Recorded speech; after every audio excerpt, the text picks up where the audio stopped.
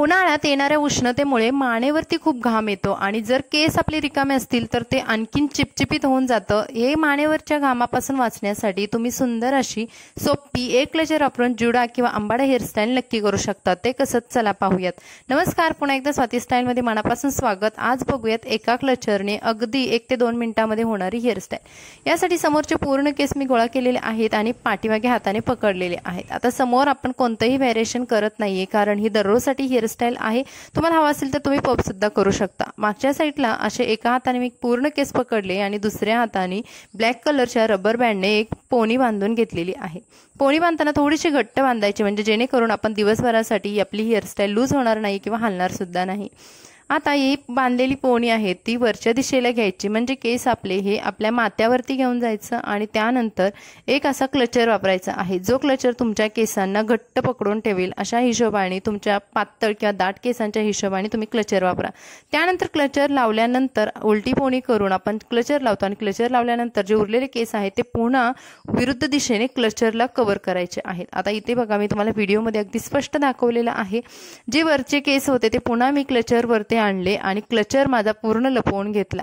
त्यानंतर एका छोट्या ब्लॅक कलरच्या डिस्को रबरने मी पुन्हा केस इथे सिक्युअर करत आहे।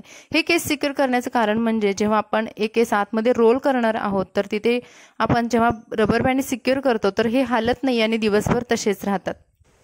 उरलेले जे केस आहे डिस्को रबरच्या खाली जे होते ते पुन्हा मी आतमध्ये रोल केले आणि अशा पद्धतीने इथे एक आपला अंबाडा किंवा जुडा हेअरस्टाईल बनवलेली आहे। ही हेअरस्टाईल खालून सिक्युअर होण्यासाठी फक्त आणि फक्त मी एकच पिन वापरलेली आहे आणि तुम्ही बघाल अगदी सिक्युअर झालेली आपली हेअरस्टाईल आणि मानेवरती आपले कोणत्याही प्रकारचे केस येत नाही, त्यामुळे मानेवरती चिपचिपतपणा पण होत नाही आणि घामापासून वाचण्यासाठी ही तुम्ही सोपी हेअरस्टाईल नक्की ट्राय करू शकता। त्याचबरोबर ही हेअरस्टाईल तुम्हाला स्टँडर्ड किंवा थोडा फॅन्सी लुक सुद्धा देत असते आणि उन्हाळ्यामध्ये तुम्ही अशा पद्धतीच्या गरमीपासून वाचवणाऱ्या हेअरस्टाईल नक्की ट्राय करा। तर इथे आपली बघा 1 मिनिटामध्ये होणारी ही हेअरस्टाईल आहे आणि या हेअरस्टाईलचा समोरचा लुक सुद्धा मी तुमच्यासोबत शेअर केलेला आहे। जेव्हा आपण पोनी बांधतो पुढे कोणत्याही प्रकारचा पफ वगैरे करत नाही तर तेव्हा ते समोरून खूप चपटा लुक दिसतो आणि आपलं कपाळ सुद्धा खूप मोठं दिसतं। ते टाळण्यासाठी तुम्हाला अशा पद्धतीने थोडेसे केस समोरचे आहेत ते ओढून घ्यायचे आहेत म्हणजे थोडे लूज करायचे आहेत।